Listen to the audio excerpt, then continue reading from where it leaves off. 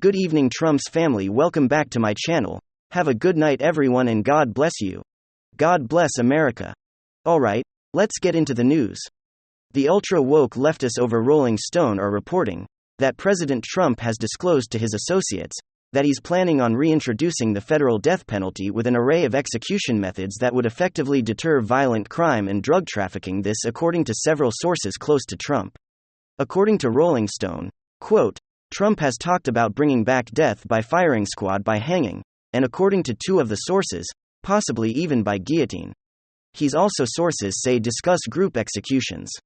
Trump has floated these ideas while discussing planned campaign rhetoric and policy desires, as well as his disdain for President Biden's approach to crime. He's even, one of the sources recounts, mused about televising footage of executions, including showing condemned prisoners in the final moments of their lives. The article went on to note that, quote, the president believes this would help put the fear of God into violent criminals. He wanted to do some of these things when he was in office, but for whatever reasons, didn't have the chance. Now, what's so fascinating about the seemingly sensationalist report is that it actually comes on the heels of a first-term presidency that was unprecedented in support and utilization the death penalty. Prior to Trump taking office in 2017, there was a 17-year hiatus in carrying out federal executions. That all ended when Trump came into office. He actually oversaw more federal executions than any other president in 120 years. It was during that time that the ultra-left-wing Slate reported that the Justice Department at Trump's behalf put forward a proposal to permit the use of hanging, electrocution, gassing and firing squad as alternatives to lethal injection, given that they had far more deterrent impact on possible would-be offenders. And reportedly that's where the notion of broadcasting the execution for everyone to see is coming in here. Trump reportedly talked about bringing back public executions as a form of deterrence against murder and violent crime. Now again, interestingly, this is a story that's getting quite a bit of coverage. Vanity Fair led with the headline report, Trump wants to bring back hangings and firing squads in his second term as thinking about guillotines to Yahoo News.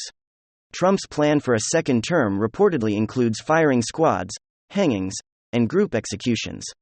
It should be noted here that the Trump campaign is playing down the story. In fact, they're just coming out and calling it blatant fake news and just flat out denying that Trump even had these conversations. But President Trump does indeed want to expand the application of the death penalty, particularly to convicted drug dealers. Everyone listen to this, Trump says. Much of the crime wave is caused by drug dealers who during the course of their lives will kill an average of 500 American citizens. I am calling for the death penalty for drug dealers and human traffickers, which will upon its passes reduce. It will reduce drug distribution and crime by, in my opinion, more than 75% on the first day. No more blue ribbon committees headed up by very nice people. Okay folks, so what should we make of all this? What is the significance of the death penalty in the first place? And would it do our nation good to go back to more, shall we say, classical or traumatic practices associated with it? Well, the answer is going to intrigue you. The term capital punishment actually comes from the Latin caput, which literally means head. So capital punishment as a term originates from the practice of execution by beheading. Now, of course, it applies today to many different forms of executions from stoning to lethal injections.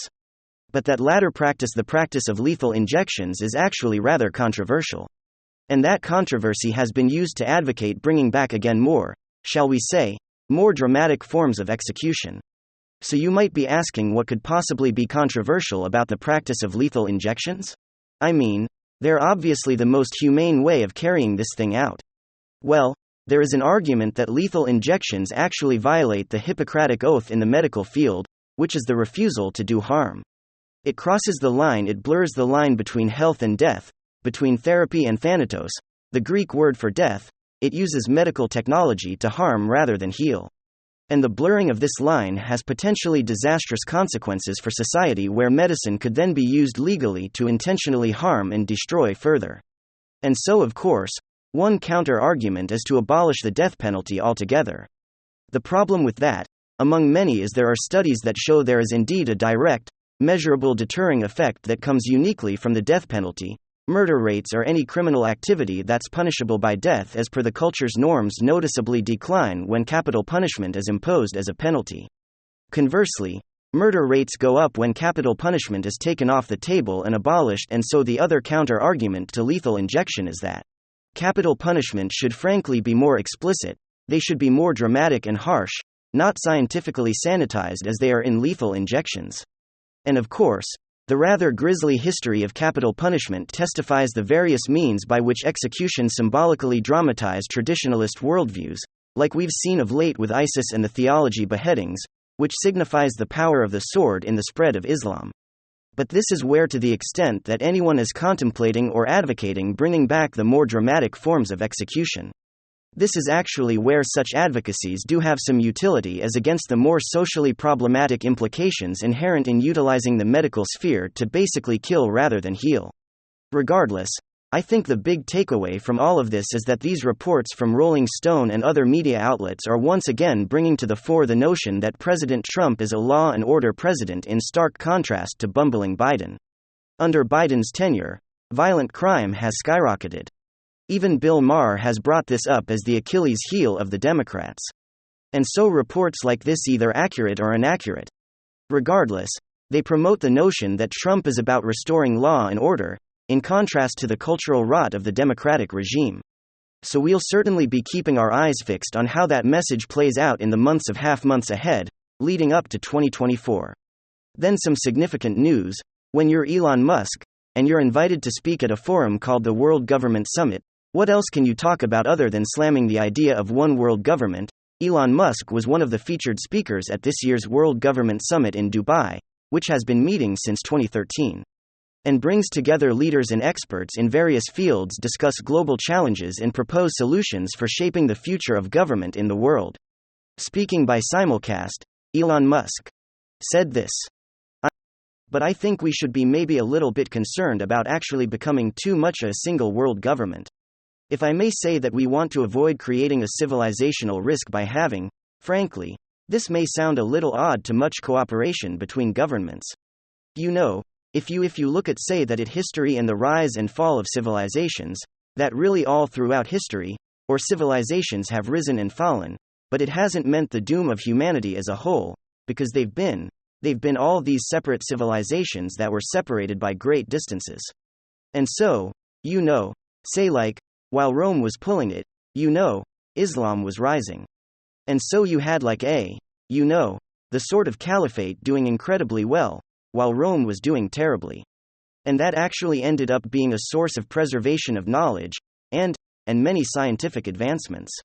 And so I think we want to be a little bit cautious about being too much a world of a single civilization, because if we have too much a single civilization, then it will, if the whole thing may collapse. No, obviously not suggesting war or anything like that. But I think we want to be a little bit weary of actually copper a little too much. It sounds a little odd, but we want to have some amount of civilizational diversity such that if something does go wrong with some part of civilization, that the whole thing doesn't collapse. And you know, humanity keeps moving forward." Now, of course, Musk acknowledged the irony of his words, being at a World Government Summit, and even followed that up with the ironic tweet: "It seemed like the right venue." Perhaps it was. I would argue that summit in Dubai is actually the perfect venue. First and foremost, we have to note that this concept of a single centralized one world government is actually intrinsic to the very logic of globalization. It requires no conspiracy, no nefarious actors. We don't need Carlos Schwab or Soros here for this to work. The political dynamics inherent in globalization naturally work in the direction of a singular one world government. In many respects, Europe is finding that out the hard way with the European Union in the bullies in Brussels, which put an end to so much localized political decision-making. Globalist societies entailed a social dynamic that scholars call disembedding. Disembedding is a social process that in effect propels economic activity away from localized control toward far more transnational controls. So here, I like to use the example of your local shopping mall. Like, if you think it through, your local shopping mall isn't in any way local. I mean, it's local, of course, in terms of proximity to you. But you'll notice that what makes a shopping mall, is that the retail stores are not local. They're nationally, even international chains and brands, right? This is especially the case if you have a movie theater at your local mall, right? The latest releases are not featuring localized talent or go into the food court, right? It's not regional restaurants, they're chains, they're brands. This is disembedding. The economic activity that takes place all around us has very little to do with anything provincial or local. Instead, the economic activity has been disinvested from localized control and reorganized more around trans-local dynamics. And so what's important to understand here is it's not merely economic processes that are arrested from localized control. Political decision-making is also dislodged and removed from localized control and recalibrating to the hands of a very few, a globalized elite, a modern aristocracy. And so the point here is that, as that logic continues as it stacks on itself, eventually you get a single centralized bureaucratic authority.